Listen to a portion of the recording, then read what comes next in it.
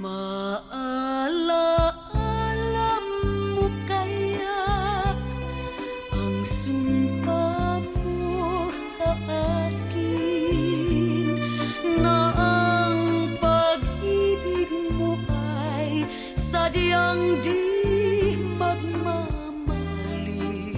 Dear Ate Charo, itago mo na lang ako sa pangalang Weng. Accounting manager ako sa isang publishing company sa Parañaque. Nakatira ako sa dorm na provided ng kumpanya, kasama ang 6 na mga babaeng magaganda rin katulad ko. Masaya kami roon, Ate Charo. Simple lang ang buhay namin pero puno ito ng kainan at katuwaan. Parang buwan-buwan, Pasko. Isa lang ang problema.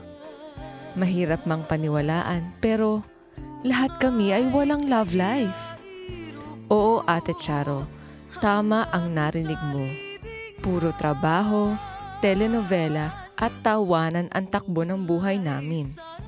Hanggang sa isang gabi, dinalaw kami ng isang anghel na taga Cebu. Nakasama namin siya sa isang conference. Kinuha niya ang number ko at bumalik siya sa Cebu. Pagkalipas ng ilang araw, may tumawag sa akin at nagpapakilala. Ang pangalan daw niya ay Florencio Ulla. Ano ba namang itong nakakairita at ang kulit-kulit? Tawag siya ng tawag. Naiinis ako. Pero hindi ko maintindihan dahil sa kabilang banda ay nagkakasundo kami sa maraming aspeto ng buhay.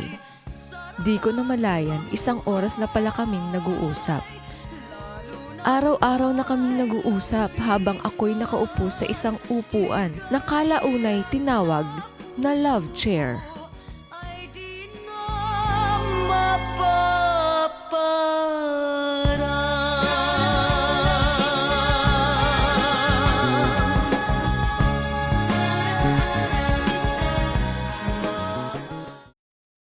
Nag-decide siyang magkita kami dito sa Maynila.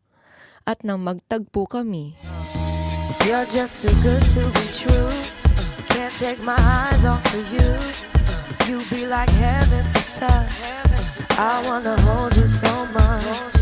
At long last, love has arrived, and I thank God I'm alive. You're just too good to be true. Can't take my eyes off of you. Caught in the way that I ilang buwan din kaming naging magkasintahan. Isang araw, nabanggit niya. Ni, makasal na tayo ni. Pinag-pray ko ito at sumagot ng, sige! You're just too good to be true. I wanna make you smile whenever you're sad. Carry you around when your arthritis is bad. All I wanna do is grow old with you.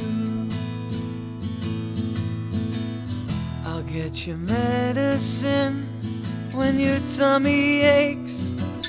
Build you a fire if the furnace breaks. Oh, it could be so nice growing old with you.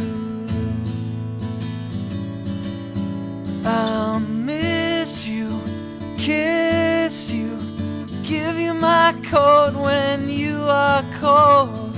Need you, feed you, even let you hold the remote control. So let me do the dishes in our kitchen sink. Put you to bed when you've had too much to drink. Or I could be the man who grows old with you. I wanna grow with you.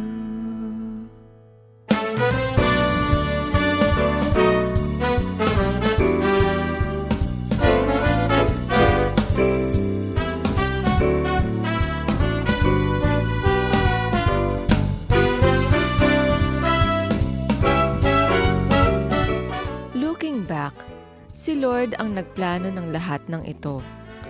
Kahit ang layo-layo ng Cebu sa Maynila, nagawa pa rin ni Lord na kami pagtagpuin. Alam mo, Ate Charo, si Lord lang ang makakagawa nun. Nawa po ay naging inspirasyon nito sa inyong mga taga-subaybay. Nagmamahal, Weng. Totoo ang sinasabi sa Jeremiah 29:11. For I know the plans I have for you, declares the Lord. Plans to prosper you and not to harm you. Plans to give you hope and a future. May magandang bukas na inihahanda ang Panginoon sa mga nananampalataya sa Kanya. Kailangan lamang maging bukas ang ating puso sa pagsunod sa gusto niya para sa atin.